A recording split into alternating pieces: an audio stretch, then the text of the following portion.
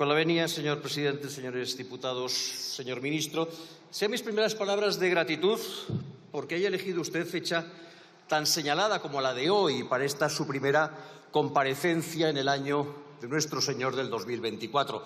Un poco más, señor ministro, y habríamos tenido que debatir para disgusto de taquígrafas y traductores con los polvorones en la boca. Pero 28 de octubre es un día interesante. Es el aniversario del asesinato en las tapias del cementerio de Paracuellos del escritor y dramaturgo Pedro Muñoz Seca. No tuvo tanta suerte como Clara Campoamor. Clara Campoamor tuvo la suerte de poder escapar del Madrid republicano antes de que la fusilaran por liberal. Pedro Muñoz Seca fue fusilado por 4 motivos: por ser monárquico, por ser católico, por ser gracioso y por no saberse estar callado. Cierto es que a lo largo de estos 12 últimos meses el señor ministro ha comparecido en otras 2 ocasiones más para dar explicaciones de su política en la Comisión de Asuntos Exteriores. Pero no lo es menos que si su oferta en ese foro ha sido el doble que en este, la demanda en aquella comisión ha sido 20 veces mayor. Hasta 20 solicitudes de comparecencia se le acumularon al señor ministro, lo recordará. 9 de ellas, 9 de mi grupo, en su última comparecencia en comisión, con la consecuencia de que 6 de ellas, 5 de mi grupo y 1 del Grupo Popular, se quedarán pendientes de contestar. No les sucederá lo mismo, estoy seguro, esta mañana, en la que no tenemos en el orden del día más que un solo asunto. Fíjese qué feliz casualidad que Podemos y Esquerra le hayan exigido comparecer para informar justo sobre el único asunto sobre el que usted estaba ya dispuesto a comparecer y a informar, y que resulta ser el único asunto sobre el que compareció e informó en el pasado año en su primera y hasta ahora única comparecencia de la legislatura. Qué feliz casualidad que lo que importa tanto a la señora Belarra y al señor Rufián sea lo que le importa también al Partido Socialista. Porque el señor ministro no ha venido, ¿verdad que no?, a hablarnos del vínculo de Sánchez con la trama venezolana de Ábalos, Aldama y Delcy, que explica el respaldo a Maduro. Cito textualmente un titular del debate. Ni explicarnos por qué, a pesar de que acreditadas instituciones como el Centro Carter hayan reconocido la victoria electoral de Edmundo González y de que esta Cámara se lo haya exigido mediante la aprobación de un acuerdo plenario, el Gobierno de España siga sin reconocer a este como legítimo presidente de la República de Venezuela. Porque el señor ministro no ha venido, ¿verdad que no?, a explicarnos cómo piensa enfocar las relaciones bilaterales entre España y los Estados Unidos durante los próximos 4 años tras el apabullante triunfo de Donald Trump, teniendo en la Moncloa un presidente que ya en el 2017 invitaba a frenar la ultraderecha que hoy representa Trump, que ha convertido en el término trumpismo en el insulto de moda y que, cada vez que es pillado con las manos en el tarro de las galletas, habla de la existencia de una conjura trumpista contra él. Porque el señor ministro no ha venido, ¿verdad que no?, a advertirnos de que Europa se rompe y de que el Estado de Derecho hace aguas, que la libertad de prensa está siendo obliterada, que la independencia judicial ha muerto en combate, ahora que llevamos ya 5 meses de presidencia húngara de la Unión Europea. Porque el señor ministro no ha venido, ¿verdad que no?, a prevenirnos del coste que va a tener el esfuerzo adicional que Ucrania precisa llevar a cabo para ganar esta guerra en la que tanto nos jugamos y de las consecuencias que tendría que la perdiésemos. Porque el señor ministro no ha venido, ¿verdad que no?, a anunciarnos que sus conversaciones con Londres han dado al fin fruto y de que ese nuevo acuerdo con Gibraltar, que viene anunciándose como inminente desde antes de que se iniciara la legislatura, es ya una realidad tangible. ¿O acaso va a aprovechar también esta comparecencia para volver a pedir a todos los grupos de la Cámara que le extendamos otra vez más un cheque en blanco, tan en blanco como la lista de sus éxitos al frente de nuestra diplomacia, y que miremos a otra parte mientras él continúa su particular escena del sofá con Fabián Picardo?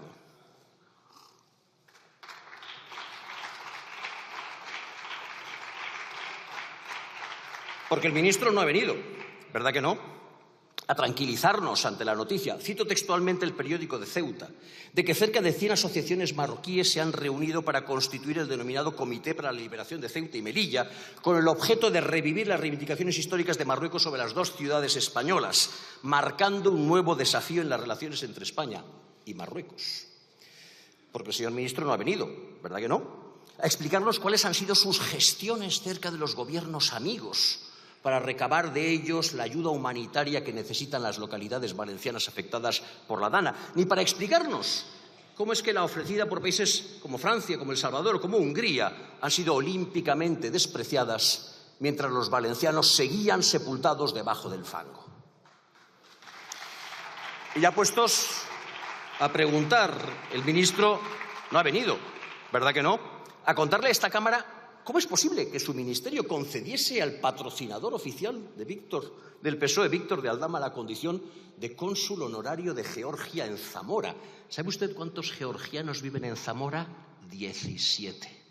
Y la cara que se le quedó cuando se enteró de que la sede de ese consulado estaba en un estadio de fútbol de propiedad municipal. No, el señor ministro ha venido hoy a otras dos cosas. La primera es volver a hacer ostentación de la manera obscena y mentirosa que nos tiene acostumbrados de ese supuesto liderazgo de España en la resolución del conflicto en Oriente Medio, que debería pasar a los anales como el principal logro del number one en materia de política exterior, pero que, visto lo visto, lleva camino de ser, como el resto de los empeños de Mr. Handsome, otra ocurrencia fallida. España hoy, por fin, es un actor global cuya voz es escuchada en Europa y en el mundo. Y eso es gracias a esta nueva política exterior activa y con liderazgo. Nos dijo usted en su última comparecencia en comisión, en la que pronunció la palabra liderazgo en 9 ocasiones, 9. Pero mire por dónde.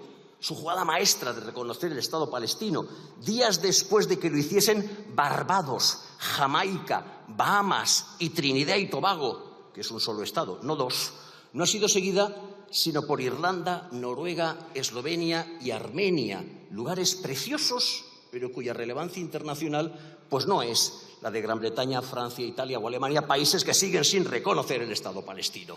Liderazgo, poquito, poquito, poquito. Y la segunda es aportar su modesto granito de arena a la tarea de asegurar los votos necesarios para aprobar los próximos y cada vez más improbables presupuestos generales del Estado, amarrando los 4 que los lunáticos de Podemos tienen en su bolsillo y que, según han dicho y han votado, solo cederán a cambio de la ruptura de relaciones diplomáticas con Israel.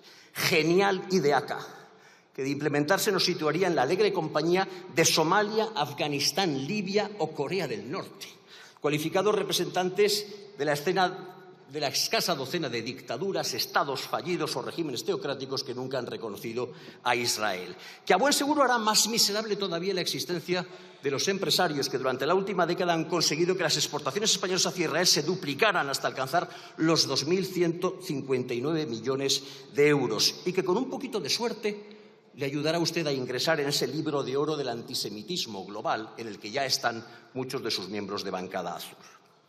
Le tengo, señor Álvarez, por un ministro de perfil bajo, de limitada eficacia y escaso de ideas. Un poco como mi corbata, gris con algunos toques rojos. Pero no le considero un kamikaze.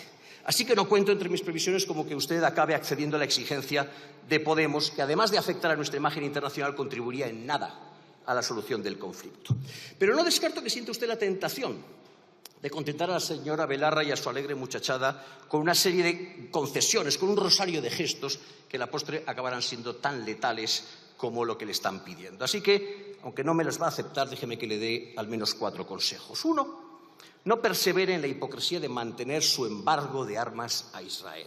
Admita que el Estado de Israel tiene el legítimo derecho a defenderse de sus agresores e imite las políticas de democracias de ejecutoria impecable y de filiación socialdemócrata, como la Alemania de Scholz, cuyo Ministerio de Exteriores acaba de valorar en 94 millones sus exportaciones de armas a Israel en lo que llevamos de año.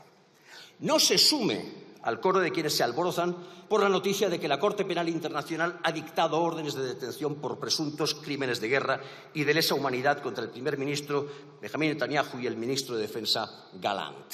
Y súmese, en cambio, a la lista de dirigentes internacionales, empezando por el todavía presidente Joe Biden, no Trump, Joe Biden, que ha dicho que la decisión escandalosa del tribunal era escandalosa y que se han declarado dispuestos a cumplir con su obligación de garantizar la inmunidad de los mandatarios de países que no reconocen la jurisdicción de la Corte, como es el caso de Israel. Y si le sobran 1,6 millones de euros y los quiere usted destinar a mejorar el servicio de la justicia, le puedo dar unas cuantas direcciones de juzgados y tribunales en la provincia de Valencia que los utilizarán con mucho interés.